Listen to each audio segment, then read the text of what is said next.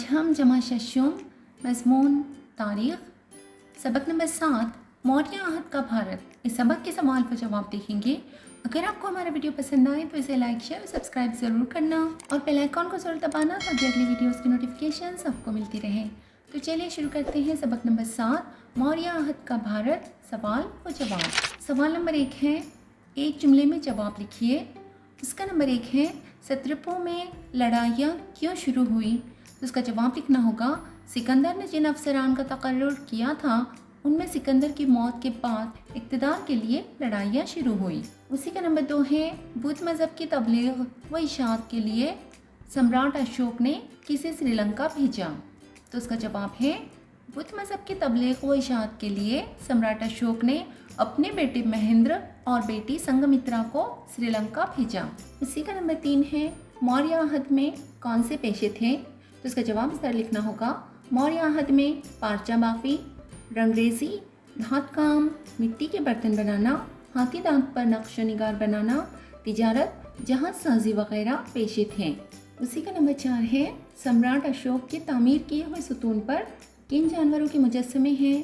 तो इसका जवाब है, सम्राट अशोक के तामीर किए हुए सुतून पर शेर, हाथी, बैल जैसे जानवरों के मुजस्समे हैं। सवाल नंबर 2 है, बताइए तो भला। उसका नंबर 1 है सत्रप। तो इसका जवाब लिखना होगा, सम्राट सिकंदर ने वतन लौटते वक्त भारत में फतह किए हुए इलाकों का इंतज़ाम करने के लिए जिन यूनानी अफसरान का तकर्रुर किया था उन अफसरों को सत्रप कहा जाता था। उसी का नंबर 2 है सुदर्शन।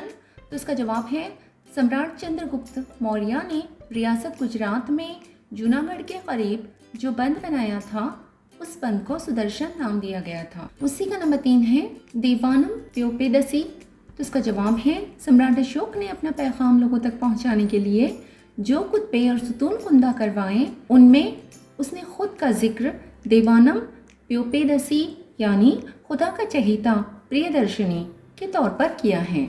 और उसी का नंबर 4 है अष्टपद।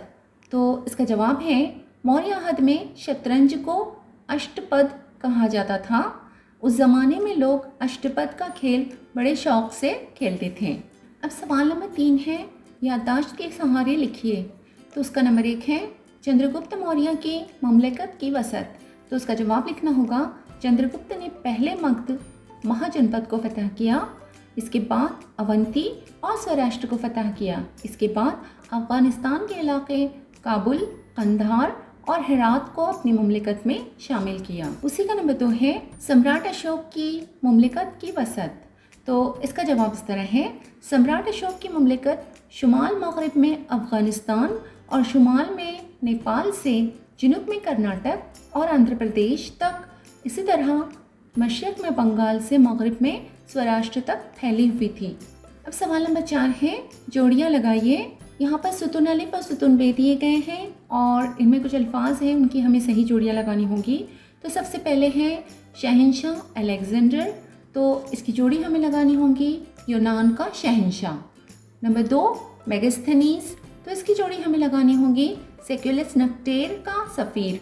और नंबर 3 सम्राट अशोक। तो इसकी जोड़ी हमें लगानी होगी मगध का सम्राट। तो इस तरह से इन जोड़ियों को मुकम्मल करना होगा।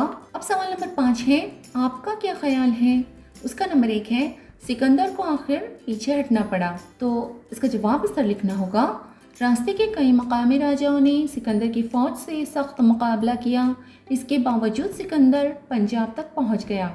लेकिन नंबर 1, इस मुहिम के दौरान सिकंदर के सिपाहियों को तरह तरह की परेशानियों और मुसीबतों का सामना करना पड़ा। नंबर 2, वो सिपाही अपने वतन लौटने के लिए बेचैन हो गए थे।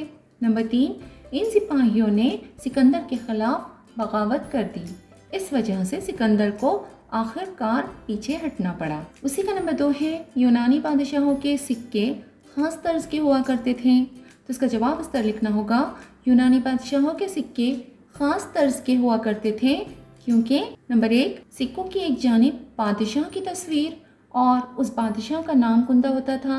नंबर 2, सिक्के की दूसरी जानिब किसी यूनानी देवता की तस्वीर होती थी। नंबर 3, ये सिक्के चांदी और दूसरी धातों के बने होते थे।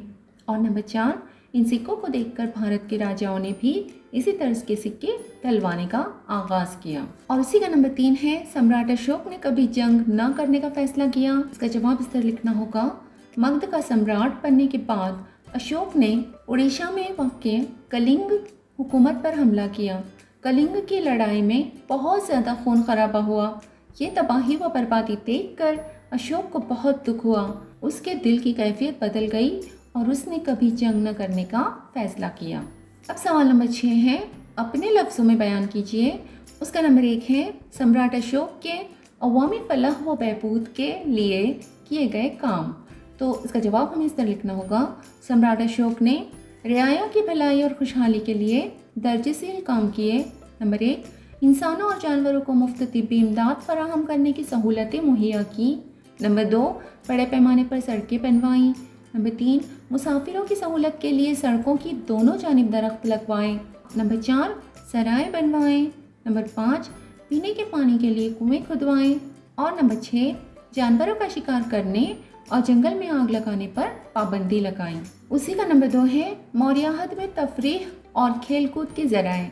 तो यहाँ हमें इस तरह जवाब लिखना होगा, मौर्याहद में शहरों और देहातों में जश्न और तकरीबात मुनक़्क़द की जाती थी। लोगों की तफरीह के लिए रक़्स और नगमा सराई के प्रोग्राम होते थे। कुश्ती के खेल, रथों की दौड़, चौसर यानी पांसों का खेल और शतरंज यानी अष्टपद का खेल खेलते थे। अब सवाल नंबर 7 है, आज ह्यूनसॉन्ग जैसे गैर मुल्की सयाह से आपकी मुलाकात हो जाए तो आप क्या करेंगे? तो इसका जवाब इस तरह लिखना होगा, आज ह्यूनसॉन्ग जैसे गैर मुल्की सयाह से मुलाकात हो जाए तो हम उससे बहुत सारी बातें पूछेंगे। वो किस मुल्क से आया है और वो किस मकसद से भारत आया है। ये भी पूछेंगे कि उसने किस तरह सफ़र किया और उसे सफ़र के दौरान कौन सी मुश्किलात पेश आईं। उसे सफ़र के तजुर्बात बयान करने के लिए कहेंगे, उसे हर ज़रूरी मदद देंगे और उसे जो मालूमात दरकार है उसे फराहम करने की कोशिश करेंगे। उससे उसके मुल्क की तारीख़, काबिल-ए-दीद मकामात, वहाँ के लोगों का मज़हब, त्यौहार वगैरह से मुतालिक मालूमात दरियाफ्त करेंगे। उसका मुल्क देखने की ख्वाहिश का इजहार करके मालूम करेंगे कि वहाँ किस तरह जा सकते हैं। तो इस तरह से हमने इस सबक के तमाम सवाल की जवाब मुकम्मल कर लिए हैं। इसके आगे के सारे असबाब के सवाल व जवाब के वीडियोस मैं पहले ही अपलोड कर चुकी हूँ। तो उम्मीद है आप लोगों को इस सबक के तमाम सवाल के जवाब अच्छी तरह समझ में आ गए होंगे। अगली वीडियो में फिर मिलते हैं। अल्लाह हाफिज़।